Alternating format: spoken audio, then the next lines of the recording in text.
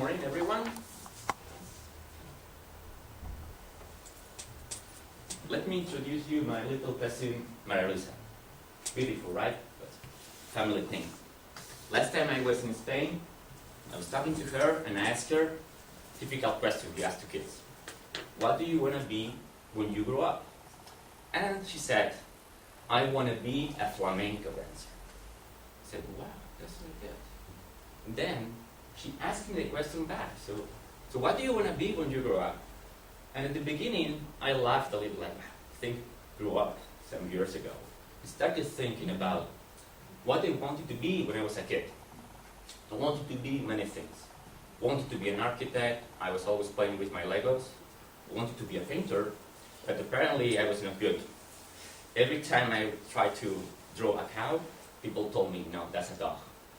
No, I said, no, it's a cow, look, moo, it says moo. I said, no, that's a dog, but the dog knows how to say moo.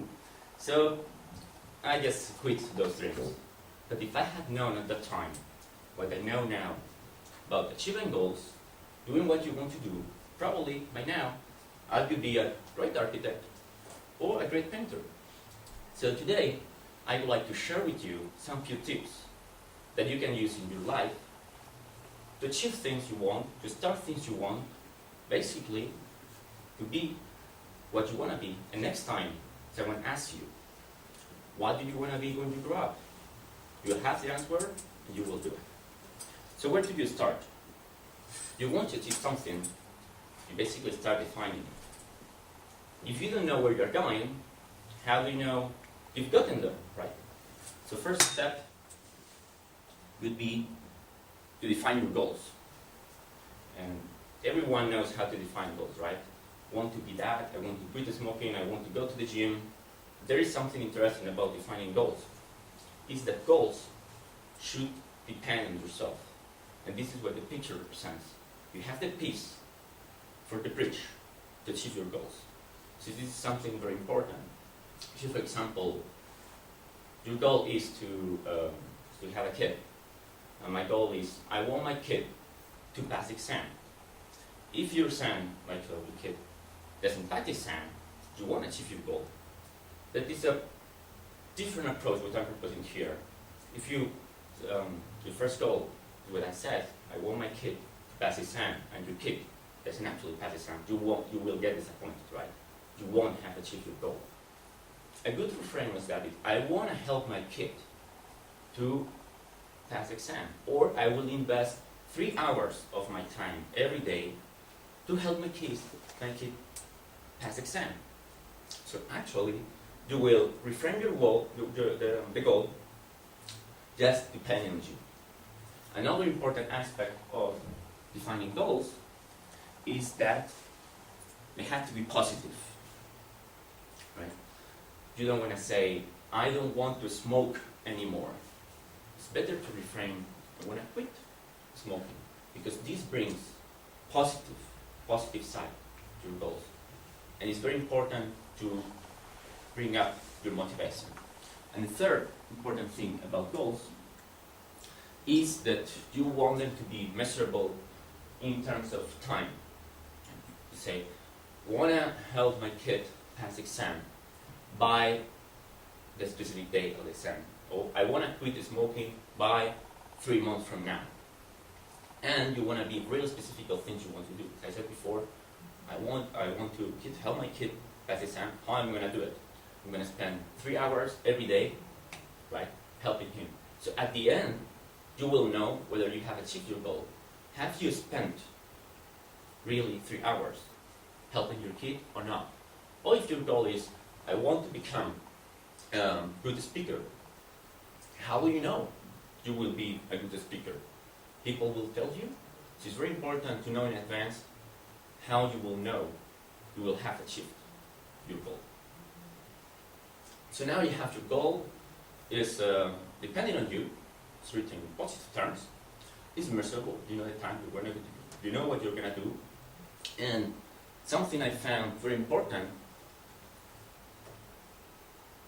is to write it down. And why? Because when you write things down, it's a contract. you establish with yourself. And there is important feature with skill and human beings is that we like consistency. For example, when someone invites you to a party and you say yes, I will go to a party. If the day of the party you don't feel like going, you have this feeling inside like, oh, I said I would go, and you feel bad if you actually don't do it. So writing down your goals is like a contract you establish with yourself. And if you make this contract even extendable to other people, everybody will know your goals. And if you actually don't do anything about it, you will have this sensation that like you are disappointing yourself. Right? So very important thing I found myself is write down your goals. So last year, one of my friends gave me a very interesting present. I have it here, notebook, to write down my goals for 2011. So the first thing I did, write down here, first page, things I want to achieve or that I wanted to achieve in 2011. So buy yourself one of these and write down your goals. So now you have your goal defined in positive terms, depending on you, measurable, you wrote it down. So how do you plan things? How do you start working on skills? And something I learned from history about this is the following. Benjamin Franklin, when he was 20, he identified 13 virtues that would lead him to be a successful man. And what he did is that he created this matrix to practice one virtue, two virtues at a time during 1 week or 2 weeks. Something very important I found was that if you focus on one skill at a time, it really helps you improve the overall. For example, if you want to improve your public speaking skills, one thing you can try to do is for 1 week or for 1 day, time frame, depending on you, work on something in particular. For example, tone of voice. Other day, you work on your body language, and like this, you will improve the overall situation. And if you keep track of your progress, how I've done today, for example, in my tone of voice, was it good? Was it bad? How can I improve it? Keep track of how you are doing, and this will you have feedback and see things how you can improve. You can also use the notebook for this, write the matrix, and have the practice. Now you have everything in place. Have your goal, write it down, you know how to keep track of it, but then you never start. You have everything there, but you never start. It's New Year resolution, typical thing, right? You say, I'll go to the gym, when I lose weight, you never sign up. So how can you actually motivate yourself? Right? How can you motivate yourself to do this plan that you have created? Here I found 2 strategies that help me a lot, okay, when I want to do things. There are basically 2 patterns, so 2 meta programs I use this. Towards to and away from. I'll explain myself. If you want to use a towards to pattern, what you do is you think of the benefits of what you want to achieve. For example, if you want to lose weight, right? You want to join the gym, you want to follow a diet. You can think of something like this, right? You're with a beautiful girl on the beach, and life is awesome. You've been going to the gym for years, months, wherever, and you feel great about yourself.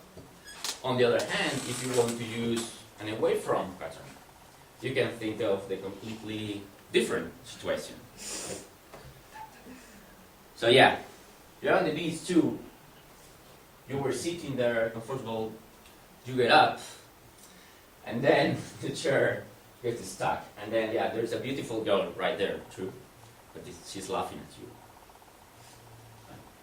So thinking of the negative sides of something can also help you see why you need to change or why you want to change. And actually, if you combine both, this is even better. if you remember in Christmas Carol of Charles Dickens, the main character receives the visit of three ghosts, right? One from the past, one from the present, one from the future. And the one that makes real impact, the one that changes everything, is the one from the future, right?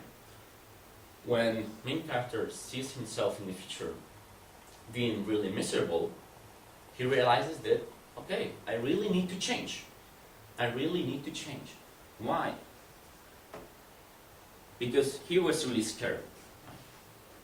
So if we combine these two techniques, thinking of the bad consequences and then of the good consequences, for example, you want to think in different time frames. You want to think, for example, in 3 months, if I don't do anything, what will happen? In 1 year, in 2 years, in 3 years, 10 years, 20 years. And you want to do it putting yourself in the worst situation. Like, if you're smoking now, like in 3 months, I'm gonna die. Everybody will be sad. This is what will happen. I have kids. What will happen to them? And then you want to think back and think of how your life will be if you actually change, if you stop smoking. You will be healthier, you will win sports, you will do sports with your kids. Right? So now you know how to start. You know everything. And 1 week before, you stop. Right? You've been doing what you wanted to do for 2 weeks, and you don't do it anymore. So how do you keep doing your plan? Right? So this is me, last year, September, coming from a run around Lake Lemon, 170 kilometers in 4 days, a marathon a day. And I did it to fundraise money for breast cancer. Right? So how did I do it? How I could have this energy, this power to keep going for 4 days, running 6 hours a day, 5 hours a day, and achieve that. I did exactly what they told you today. Exactly what they told you today. There's one thing missing. There's one thing missing in this puzzle. And it's the following. Your friends, people around you, co-workers, your family, people who like you. It's very important. Very, very, very important. Did you tell them why things are important to you? Why do you want to change? Why do you want to quit smoking? Why do you want to go to the gym? Why do you want to become a good speaker? And why? Because they will motivate you. They will remind you why you're doing things. When I was doing the run, second day, was the worst. Went to the train, got off, and I realized I couldn't almost run. I had so much pain. Had to go to a pharmacy, talk to the girl. I said, please, give me whatever you have so I can make the run. Right. She gave me for free 2 or 3 painkillers. Right. She gave me for free 2 or 3 painkillers, and I took them. And on the way, I met one of my friends, Kim. She was waiting for me at Lausanne to run 3 kilometers with me. That was it. But that gave me a lot of energy, believe me. And on the way, people were sending me messages on my cell phone. And this was the key for me to keep going. So tell your friends about what you want to do and tell them to support you. And I'm sure if you do everything I've told you today, I really encourage you to do this. And why? Because if you do this, you can be like my little cousin and become a great flamenco dancer. Thank you very much.